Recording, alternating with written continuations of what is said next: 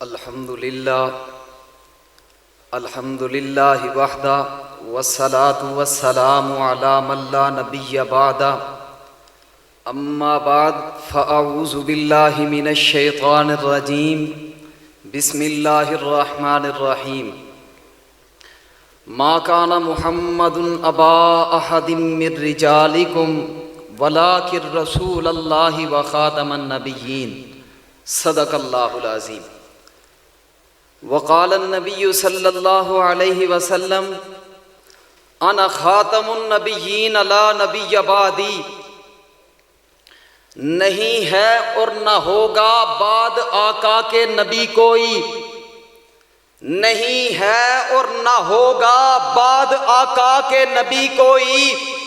وہ ہیں شاہ رسول ختم نبوت اس کو کہتے ہیں، لگا کر پشت پر مہر نبوت حق تعالی نے انہیں آخر میں بھیجا، خاتمیت اس کو کہتے ہیں۔ سفینہ علم کے روح رواں اور مسند انصاف پر تشریف فرما اساتذہ و منصفین اعظام، السلام علیکم ورحمۃ اللہ وبرکاتہ۔ موضوع سخن ختم نبوت اور ہماری ذمہ داریاں انتہائی اہم اور طویل علمی موضوع ہے۔ ارباب ذی شعور خلاق عالم نے قصر نبوت کی آخری اینٹ کو ختم نبوت کا تاج پہنا کر اعلان کر دیا، لاکن رسول اللہ و خاتم النبیین، اور پھر فرمایا یا ایھا النبی جاہد الکفار والمنافقین کا حکم جاری کر کے عاشقان نبی کو ان کی ذمہ داریوں سے آگاہ کر دیا۔ تمہارے دین کی بقا اور ختم نبوت کا پہرا اسی جہاد کے ذریعے ممکن ہے۔ ایک طرف سورہ احزاب میں واشگاف الفاظ میں میرے نبی کی ختم نبوت کو بیان کیا گیا، تو دوسری طرف جانثاران نبی کی یوں مدح سرائی کی گئی، من المؤمنین رجال صدقوا ما عاہدوا اللہ علیہ فمنہم من قضی نحبہ ومنہم من ینتظر۔ ایک طرف سورہ سبا میں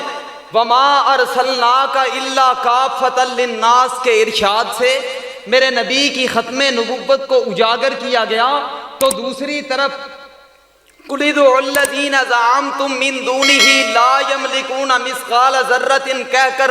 امت مسلمہ کو یہ پیغام پہنچانے کی تلقین ہے کہ اے لوگو، نافع اور ضار صرف اور صرف اللہ کی ذات ہے۔ اب اس مشن کی پاسداری اور پیامبری تمہاری ذمہ داری ہے۔ ایک طرف سورہ اعراف میں قُلْ یَا أَيُّهَا النَّاسُ إِنِّی رَسُولُ اللَّهِ إِلَیکُم جَمِیعًا سے میرے نبی کی نبوت کو عالمگیر بنایا گیا، تو دوسری طرف اسی آیت کے اختتام پر فَآمِنُوا بِاللَّهِ وَرَسُولِهِ النَّبِيِّ الْأُمِّيِّ الَّذِي يُؤْمِنُ بِاللَّهِ وَكَلِمَاتِهِ وَاتَّبِعُوهُ لَعَلَّكُمْ تَهْتَدُونَ کہہ کر ہماری ذمہ داریوں کو ذکر کر دیا گیا کہ اے لوگو، اب اس کے بعد کوئی نبی نہیں آ سکتا، لہذا انہی کی اتباع اور ان کی سنت کا پرچار تم پر لازم ہے۔ تو پھر میں کہتا چلوں نا، ہم ختم نبوت کے محافظ و امین ہیں، ہم ختم نبوت کے محافظ و امین ہیں، ہم زندہ و بیدار ہیں، مردار نہیں ہیں۔ جناب صدر، ایک طرف سورہ آل عمران میں وَإِذَا أَخَذَ اللَّهُ مِيثَاقَ النَّبِيِّينَ لَمَا آتَيْتُكُم مِّن کِتَابٍ وَحِکْمَةٍ سے میرے نبی کی ختم نبوت کو بیان کیا گیا، تو دوسری طرف لَتُؤْمِنُنَّ بِهِ وَلَتَنْصُرُنَّ سے ہماری ذمہ داریوں کو ذکر کر دیا گیا۔ ایک طرف یا ایھا النبی انا ارسلناک شاہدا ومبشرا ونذیرا وداعیا الی اللہ باذنہ سے میرے نبی کی ختم نبوت کو 4 چاند لگائے گئے، تو دوسری طرف لتؤمنوا باللہ ورسولہ وتعزروہ وتوقروہ سے ہماری ذمہ داریوں کو ذکر کر دیا گیا۔ ایک طرف یا ایھا النبی، ایک طرف سورہ محمد میں آمنوا بما نزل علی محمد وَهُوَ الْحَقُّ مِنْ رَبِّهِمْ كَفَّرَ عَنْهُمْ سَيِّئَاتِهِمْ وَأَصْلَحَ بَالَهُمْ۔ تو دوسری طرف انا آتینا کل کوثر میں اس بات کو واضح کر دیا گیا کہ جب آپ کو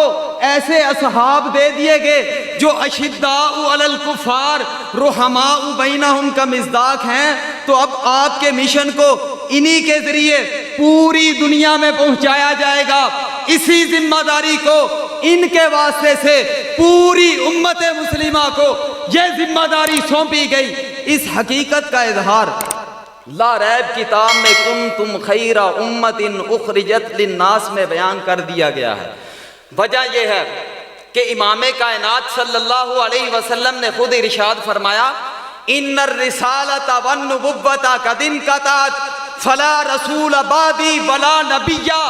جب نبوت و رسالت کا دروازہ بند ہے تو ذمہ داری علماء امت کے کاندھوں پر، کیونکہ میرے نبی نے فرمایا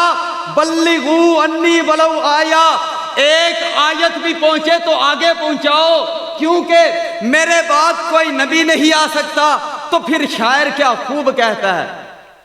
نبی تھے اگر تارے تو وہ بدر درخشاں تھا، اگر وہ بدر روشن تھے تو یہ خورشید تاباں تھا۔ نبوت ختم ہے ان پر، یہ اپنا دین و ایما ہے، وہ ہے مثل آپ ہی اپنا، یہ مرکوز دلوں جاں ہے وما علیہ۔